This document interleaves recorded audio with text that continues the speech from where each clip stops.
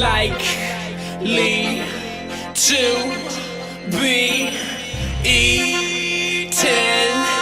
You are likely to be eaten by a group. If this predicament seems particularly cruel, consider whose fault it could be. Now the torture a match in your inventory. You are likely to be eaten by a group. If this predicament seems particularly cruel, consider whose fault it could be. Now the torture a match in your inventory.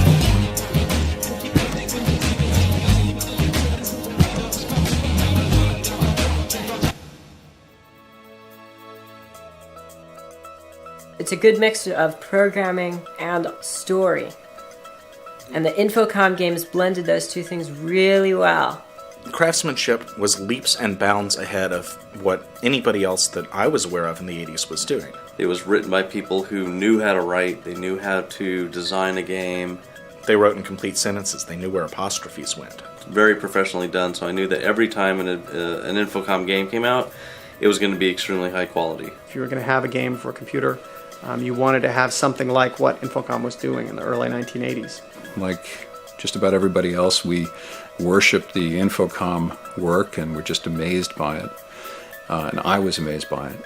Infocom took it a step further by actually creating more of an interactive novel.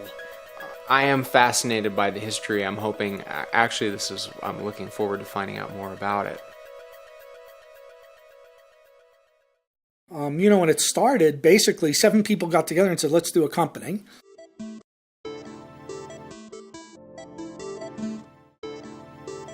Infocom was founded almost entirely by MIT affiliates, students, some researchers.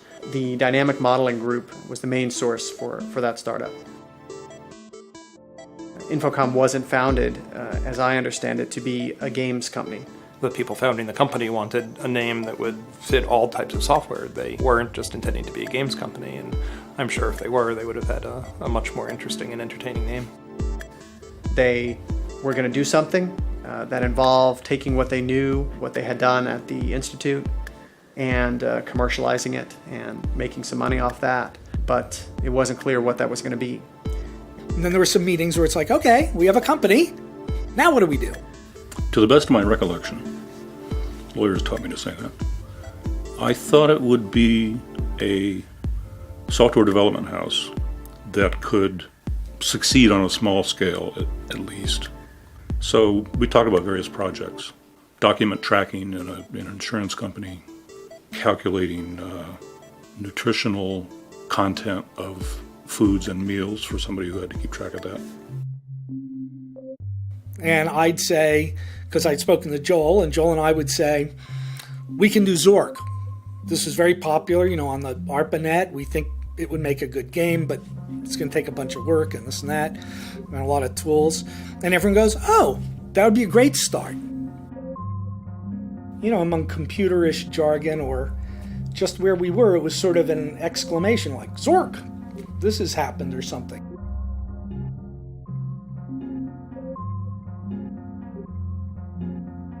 So the only thing I take credit for is having had to come up with a name, and that was what popped into my head, and people started calling it Zork, but and now it sounds like Zork is always what it was. I mean, it was just a nonsense word at the time.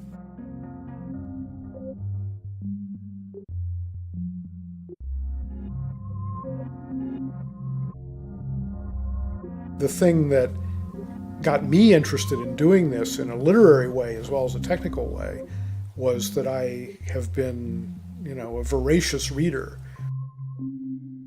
The writing I've done, I've always enjoyed, and I've always looked at doing more writing. And so the idea of combining writing and programming, it was like, wow, how can I do this for my whole life? It was great.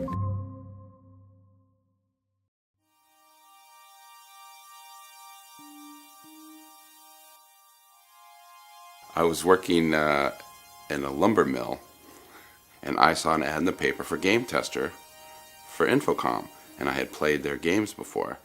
So I applied for the job, and a few weeks later I was out of the lumber mill and testing games. I started beta testing Infocom games.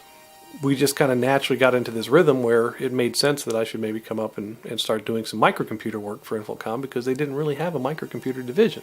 At the time, there was this bulletin board system out called CompuServe, and one of my office mates was a regular customer of CompuServe, and one day he knew I was very much into the Infocom thing, and he brought to my attention an ad that Dan Horn had placed. Dan was the head of the microcomputer group there, and they were looking for an engineer from the microcomputer group. So 45 seconds later, I was in the Infocom offices applying for that job, and I got in. Got to Massachusetts on a Thursday. I looked in the newspaper, and the want ads that weekend had a job for 2 testers. And I applied for them and was interviewed a week later and got the job 2 weeks after that. I mean, I just walked into it. I wrote 3 novels before starting in interactive fiction. I was kind of sat down in front of a terminal and said, okay, here you go, have at it. I was brought in, I think, as their big experiment. Here's a writer who knows nothing about programming. He kind of knows what he's doing, let's give him a shot. There was this job for an editor that appeared in the Boston Globe. What I later heard was they didn't really want to hire an editor, but Mike Berlin, having published some books, said, I have an editor at a publishing company which does the kind of things that we're looking for, so let's advertise for an editor. That's what caught my eye, and that's how I ended up going Infocom. Starting with my freshman year, I started writing for the MIT newspaper. It's called The Tech. They're on the top floor of the student center in this big corner suite. The other big corner suite down the hall was a group called the Lecture Series Committee, LSC. The way they used to advertise was they had a printing press that printed out these 17 by 22 multicolor posters that they put up all over campus. That printing press always seemed to be running, even on days when I knew a movie wasn't coming up and that the posters had actually been done. Every now and then I'd wander down to LSC to figure out why this printing press was running full tilt. And there were always these same 2 or 3 guys in there, and they were printing something out that clearly wasn't a movie poster. But they were also being very cagey about what it was that they were printing. Among those 2 guys were Mike Dornbrook and Steve Moratsky. Well, I mean, Mike worked at the Lab for Computer Science. He was there at the founding of Infocom. He loved, his work right from the very beginning. He was the original Infocom tester. He also was sort of the first Infocom customer support person. He would handle all the hint requests, which would come in by snail mail just to a post office box in Cambridge. And so we ended up sharing an apartment in Arlington for about a year. And during that time period, when I started testing Zork 1 for Infocom, eventually we had to start testing on the target machines, and they let me borrow it. I had it on the dining room table in the apartment. And the first day I had it, when Steve came home, he opens the door. And now Steve, you have to understand, went to MIT, but found computers and the folks who were, fanatical about computers to be, what's the word I'm looking for? He despised them, basically. I mean, he considered it all kind of a waste, kind of, a bunch of nerds. And he came in the back door and saw the computer, and he went, away! As only Steve could. And so I started telling him, Steve, you're going to love this. All you have to do, and I was trying to explain to him, how to start the game up, and he puts his hands over his ears and starts screaming so he can't hear me. But apparently he heard enough, because over the course of the next several weeks, I started noticing when I'd come home and want to start testing again that the keyboard might have moved a half an inch, or my notes had moved slightly. And I realized, I think Steve's playing the game, but isn't willing to admit it. And so one night he finally broke down and said, all right, I need a hint! And that was the beginning of the end for Steve. One of the nice things about Infocom was that almost everybody was unique in their own insane sort of way. And Steve was just even more unique than some of the rest of us. Without being superlative or not sounding too fawning, it appears that you just... Go ahead and sound fawning. Yeah. Here's a man with a degree in civil engineering, from MIT, testing games. And it just suited him perfectly. I mean, it's just a great great fit, but he kind of worked his way up. It's like, he loved to play him, so it's like, okay, we need testers, and he's so meticulous and so detail-oriented that he could do this. He could play the same thing 100 times, to tell you whether the bug is fixed. I mean, I definitely really liked what I was doing then. It came really easily and smoothly. But he was so into it, and he had so many ideas, at some point you say, okay.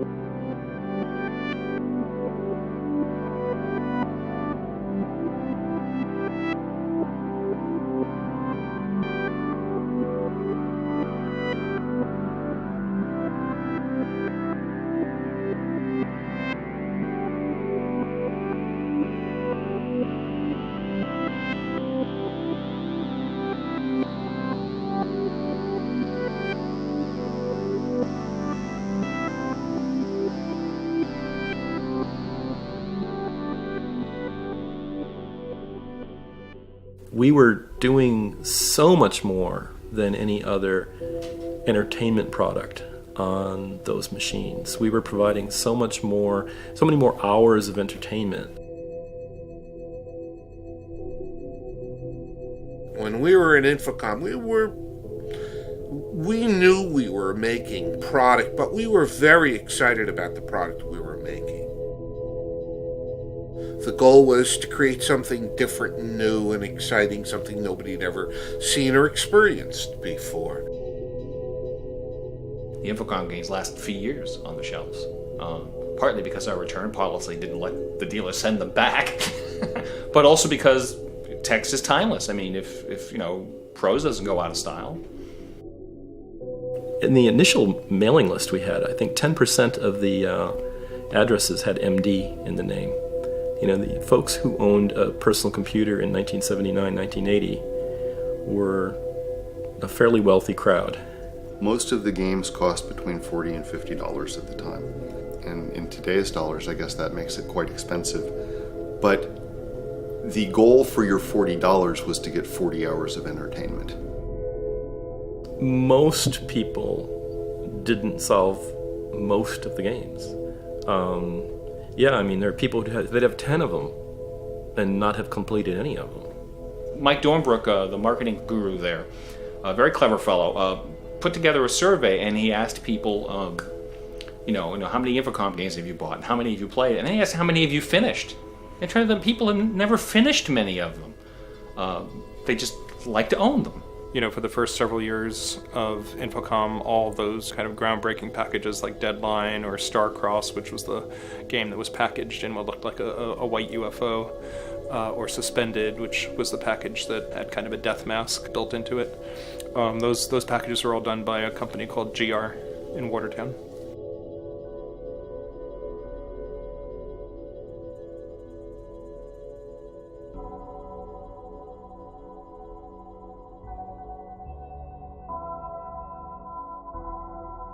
It was really kind of an accident with Deadline. Up to that point, stuff pretty much came in baggies, and it was really just a disc in a simple manual.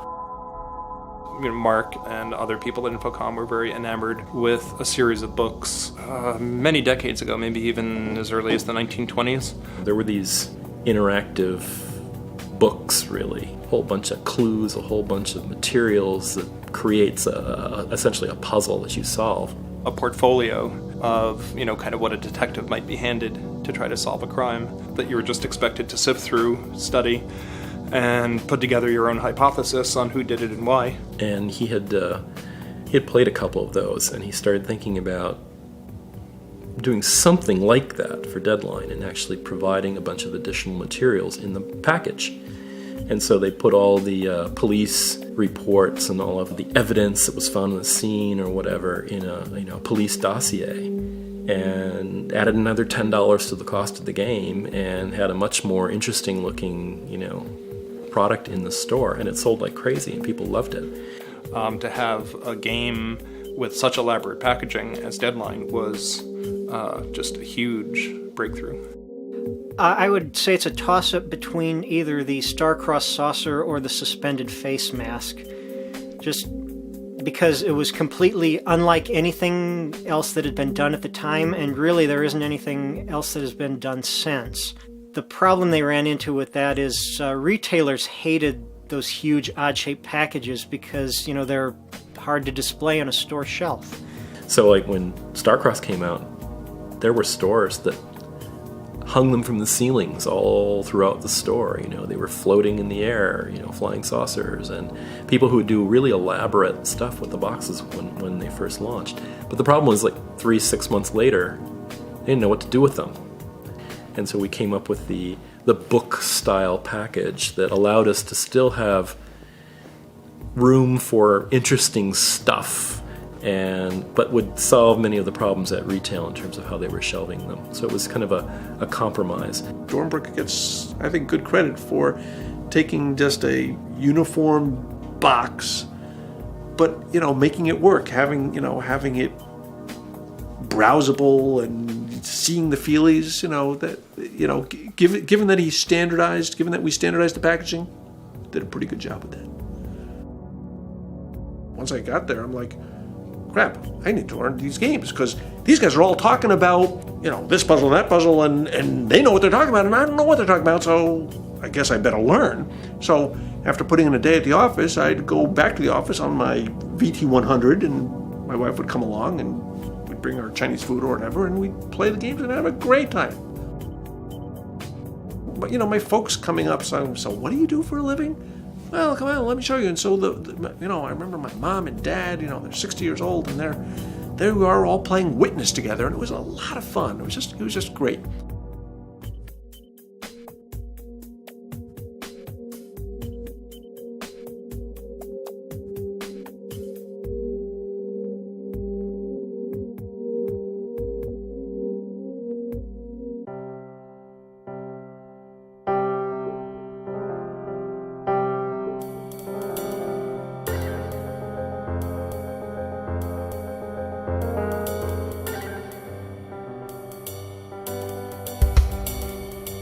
And I think when Deadline came out, the first mystery game, there was a definite feeling of, wow, this is really something new and different.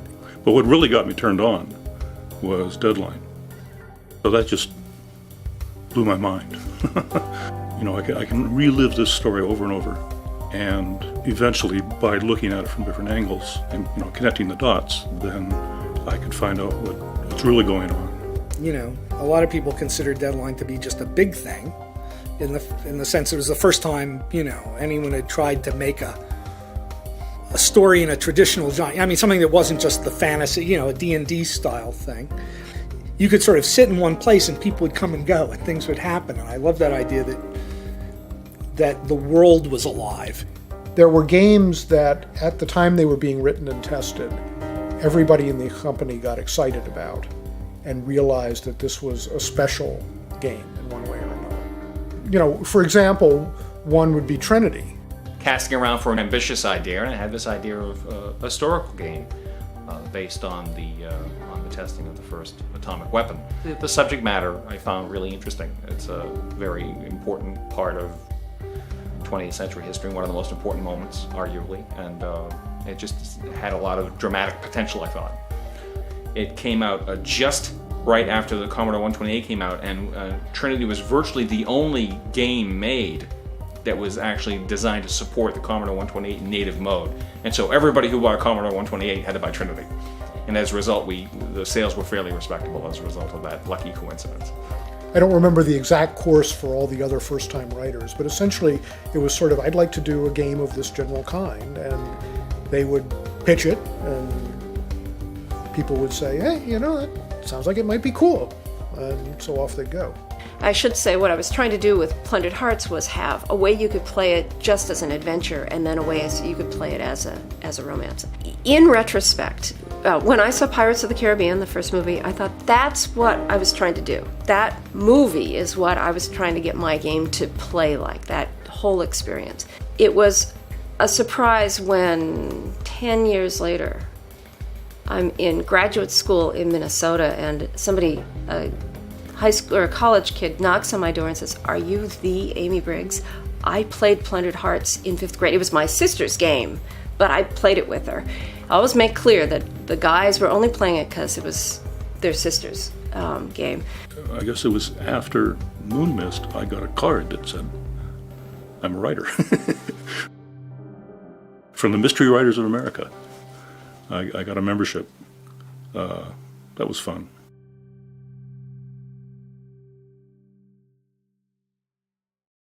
It was, oddly enough, Timothy Leary, who said that I had changed his life, which was kind of funny in a way.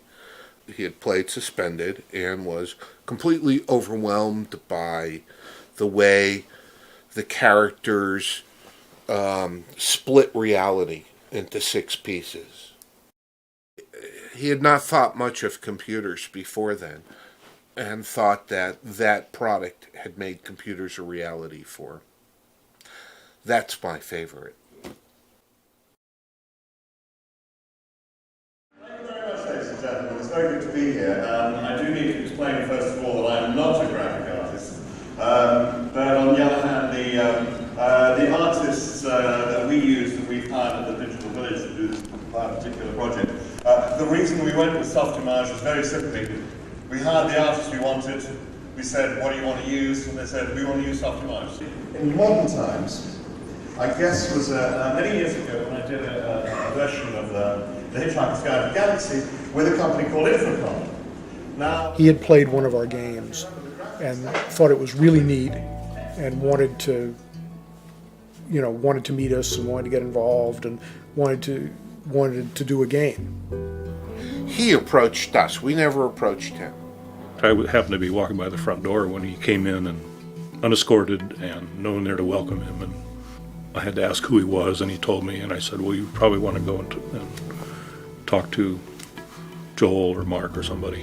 Oh my God! We got Douglas Adams desperately wanting to write a game with us. He wants to do Hitchhikers with us. There's no question this isn't going to be a success. When I heard that Infocom was going to be doing a version of Hitchhiker's Guide to the Galaxy, that's all I had heard. Someone said, "Hey, Infocom's doing Hitchhiker's Guide." My first reaction was, well, it's got to be Moretzky. He's the only guy who could do it. And so I actually maneuvered things such that Steve ended up collaborating with him, which was not really what Douglas wanted, but actually I thought probably the best match for him.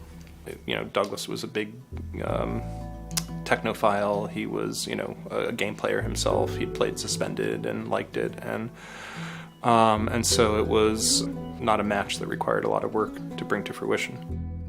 Well, it's funny because you ask Steve and he'll admit that there were a whole bunch of things that he was incredibly frustrated working with Douglas, because Douglas is the biggest procrastinator on the planet. It was, he would admit it. I mean, the reason he was doing the game at all was to get away from doing the book that he was supposed to be doing. Where Steve is so incredibly organized and so methodical about getting things done. It drove him nuts that he couldn't stay on schedule and he couldn't get what he was supposed to get when he was supposed to get it. So in many ways, I think it was a really good collaboration, although it was, I'm sure, very frustrating for Steve. I've run into so many people where that was their introduction to Infocom games. They went on to play others. They even if they didn't solve it, not that many people made it all the way through. They had a good time. They enjoyed it.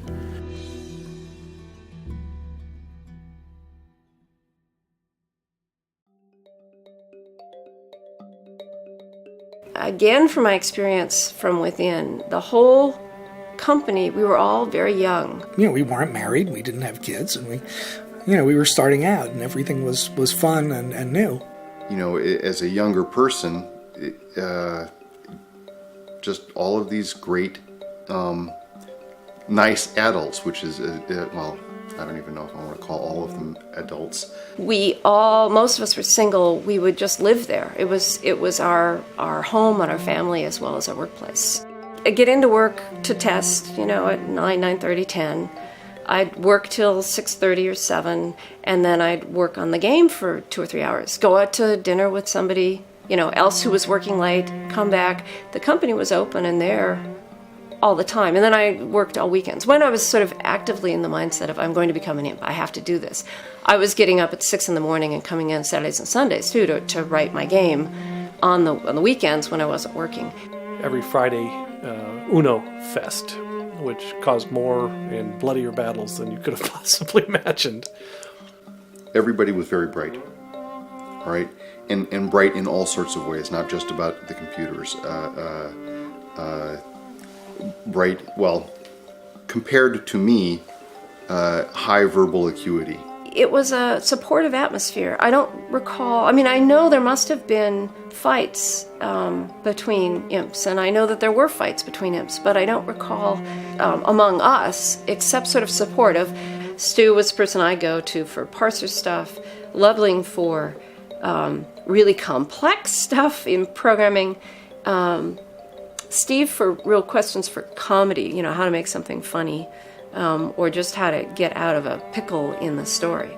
And then at the imp lunches, it was all just a free-for-all of people talking and suggesting. The great pleasure of going up to Infocom was to meet with this incredibly smart group of people, to sit in on Imp's lunch. Every week, 1 day a week, we'd have an Imp's lunch where we would get together and formally, officially share how the game was going, bring up problems, ask for help. Bob Bates, when he was sort of working for us but not yet part of the group, would come to those lunches. When an implementer would come in and say, I've got this problem that I'm working on, and here's the situation, and I'm kind of stuck here, and then to see all the other folks around the table lend a hand at trying to solve that problem, that was an incredibly creative atmosphere, a very fun atmosphere to work in. It was an opportunity for the less technical savvy to bounce issues off those who were more technically savvy. Brainstorming from the biggest picture items down to the tiniest detail items. It was everybody working on their own thing but together, and it worked pretty well that way.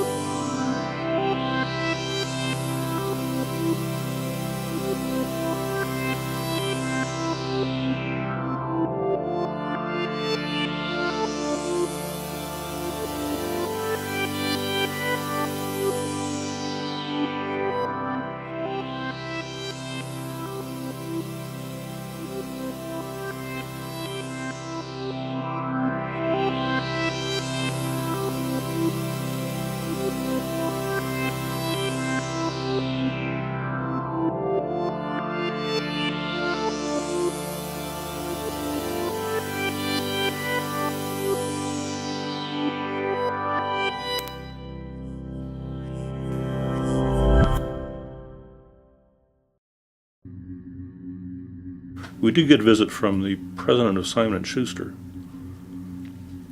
They were kind of thinking they'd like to acquire Infocom before anybody else did. Because they were interested in possibly a partnership, possibly distributing our games through bookstores. If we flew down and we had lunch in the boardroom of Simon & Schuster, and one of the things that very much impressed me is this guy had a private chef.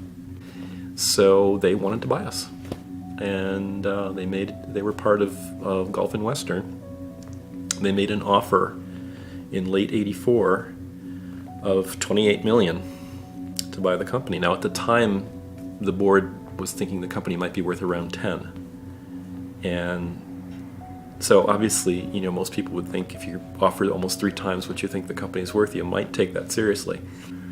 Flew to Cambridge, arrived in a limo, took 3 of us to lunch in the limo. And that was impressive, but that was all that impressed me about them. I didn't think they really knew what we were about. I believe we decided to keep them waiting to let them know that we would not be cowed or impressed by a mere Fortune 100 company. That after all, we're Infocom. We make a couple of $1 million a year. We're big cheese. And I don't think we heard back from them ever again. And I wasn't actually at the meeting, but got this from Mark and Joel. Apparently, Al started hemming and hawing, and I don't know. And the guy said, "Look, if it's just a matter of a few $1 million, I don't care. I'll pay you more. But are you or are you not interested in selling?" And after more hemming and hawing, he just got fed up and walked out the door, and that was it. Albert came and asked me, I think he asked a lot of other people, what we thought about cutting a deal with, an acquisition with Simon & Schuster. And I said, well, personally, I don't want to work for the guy who would be in charge of us. I'd met him long enough to know that he didn't understand us. And so if that was going to be the outcome, I was against it. 1 year later, we were lucky to get $2 million for the shareholders from Activision for the company. I mean, they took on a debt of about $6 million, so from their point of view, they paid about $8 million for us. But from the point of view of the shareholders of Infocom, it was about $2 million.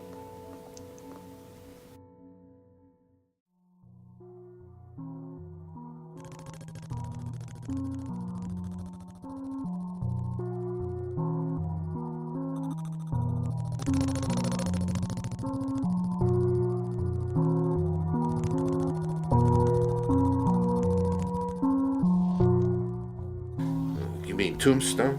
Yeah. Did you have any impressions on the product at the time? The puzzles were way too hard. I really just didn't pay too much attention to it at all. I mean, I knew it was there, I knew there were other people working on it, I just didn't give it much thought or much attention. A lot of the founders of Infocom did not believe the games were credible, worthy of time, or interesting pursuits. And it was their goal always to fund real product development with the game division. Of course, it did start out as interactive fiction, as games, and that was tremendously successful. But Infocom also had a business division and was working to get a relational database to market. A lot of people, kind of mistell the history of Infocom by saying, oh, and then after the success of games, the company made the bad decision to try to get into business products. But in fact, both efforts were from day one, and it was merely that the games, being a much smaller effort, were able to come out much more quickly. So what they did is they basically cloned Infocom and made a second Infocom, and that was the business division. Separate marketing department and a second advertising department and a second Deck 2060, which was extremely expensive at the time.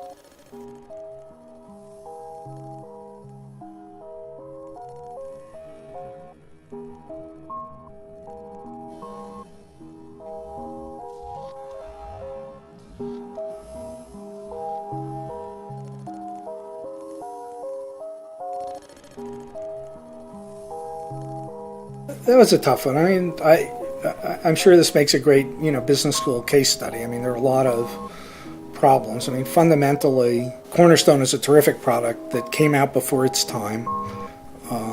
I think had the potential to be enormous. As a database, it actually did a pretty good job. It was easy to use compared to DB2 and Fox Pro and everything else back then. I don't have anything bad to say about any of the people who are working on development. I mean, some of the smartest people I've ever known. I think they were doing exactly the right thing in exactly the right market, but in exactly the wrong company. The fact that they sucked every penny out of Infocom to fund business products because they believed that business products had merit and games did not is what killed it. Well, I think Cornerstone is what resulted in the info austerity program. That's a term that I hadn't remembered for quite some time. Info austerity meant that the $400 a week party budget went to zero. Contribute out of your pocket if you would like to. It's very, very hard to have a company that has multiple focuses and to get investors to understand or want to be involved in the whole thing unless it tells a good single story. And the people who would give money for one thing didn't want the other, and the people who would give money for the other didn't want the first. What we ended up doing was killing them both. But fundamentally, what we did was not going to be successful, even though we had great people and great products. I mean, it's a very sad story. It wasn't even Cornerstone. It was this attitude that I spoke of games not being real worthwhile endeavors. That's what killed it.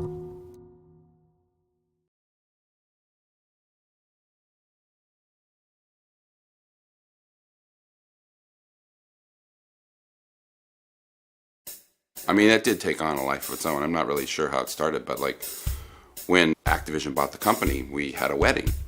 And so we, mapped out the whole thing, printed up invitations.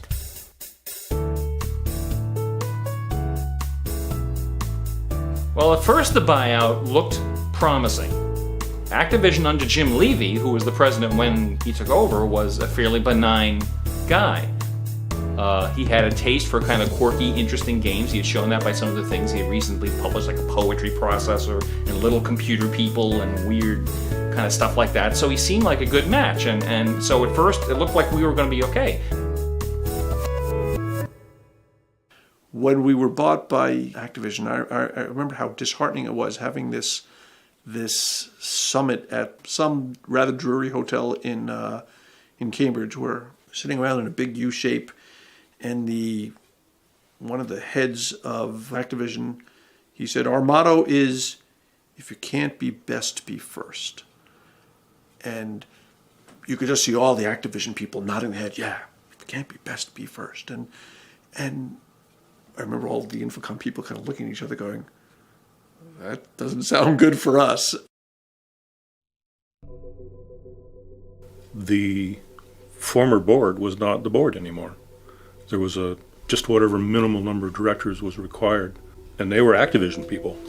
So if push came to shove, they would tell us what to do. Yeah, I think Activision was collecting baubles.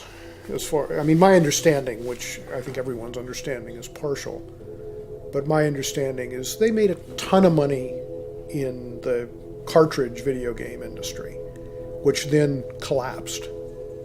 But that ton of money was still in their bank, and so they couldn't spend it on working on the cartridge industry because there was no cartridge industry. And so they decided to go out and acquire.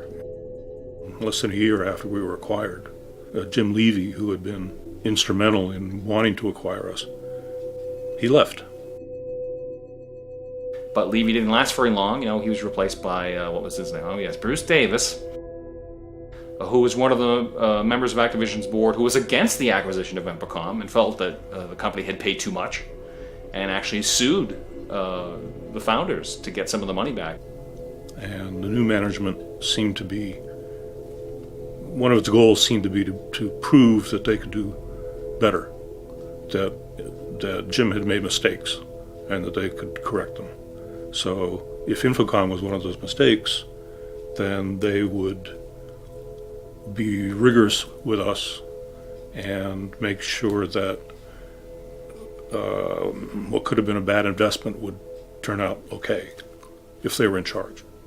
When Bruce Davis came in, he made some pretty strict demands about the kind of things we'd be doing, how many games we ought to be making a year and that kind of thing, and it didn't work out.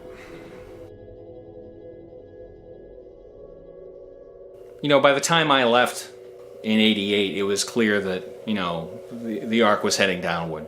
We were getting less and less support from Activision, and it was beginning. We'd had a lot of layoffs, and it was beginning to feel pretty desolate there. And we didn't have the resources to experiment anymore. We just had to turn the crank as fast as we could. So when you get to that point, that's when the rats start, looking over the side of the ship and saying, "I wonder how deep it is."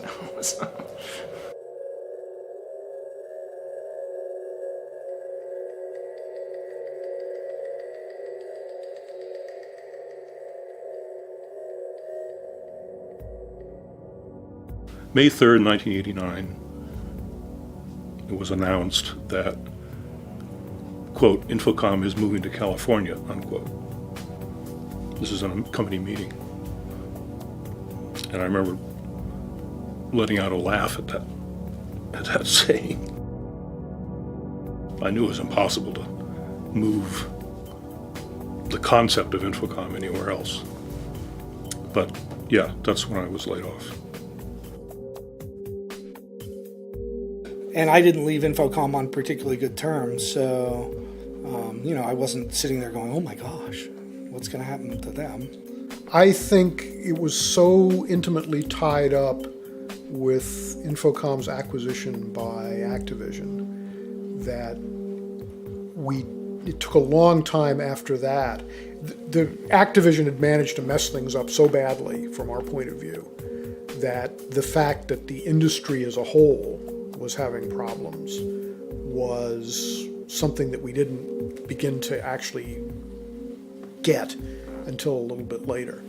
If they just left, if they just left Infocom alone, Infocom would have survived, morphed, evolved into a different game company than what it was, but it would have still been making product. And some of that we I think rightly thought was due to Activision's lousy marketing and lousy policies on sales and return and stuff. But some of it was just, there were a lot of games out there, a lot of subjects, there was the influx of better and better graphics having an impact, and we sort of argued about how one could combat any of those. But I would say it was not too long after the Activision acquisition that we began to see that there were problems. And initially we said, Activision is causing these problems, which was partly true. And then as time went on, we realized that not only was Activision causing the problems for us, but the industry itself was having problems. I heard about it, I think, from Kelly's Mac. They were down to 18 employees, I believe. So Bruce, as they're going into bankruptcy or getting near the end, apparently was like looking for any way he could to raise money. And so he offered the entire Infocom library to Bob Bates. When I found out how little they offered it for, I would have bought it myself. I'm sure Mark or Joel or any number of us would probably have swung for the cash to buy it all out. Because I believe they offered it for $25,000. All the Infocom trademarks, all the copyrights, all the code, everything. And when Kelly's Mac heard that was in the works, he said, that's nuts. We could make a lot more money than that just by re-releasing them as lost treasures of Infocom. And Bruce told him, well, if you can do it for, and he gave him, an itsy-bitsy little budget, like $10,000, I believe, to pull them all together, get a manual pulled together for them and put it out, go for it. So he did. And, they still went through bankruptcy but that product came out just after bankruptcy, and they sold, as I recall, 90 to 100,000 copies, but they were charging $99.95 for it. So it had a huge profit margin, and it basically gave them the money to relaunch Activision, which is now actually the largest publisher in the world.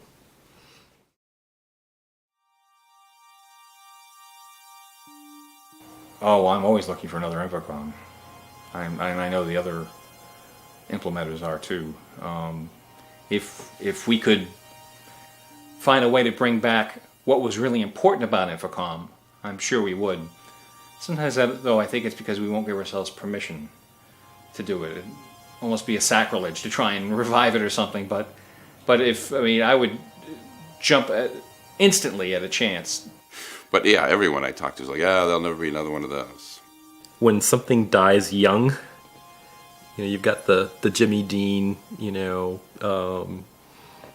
Marilyn Monroe, you've got these folks that you wish hadn't died so young, you wish you could bring them back. It was just, a really exciting time, and it seemed like, the sky was the limit. I'll make an admission, actually. I don't think that I finished a single Infocom game.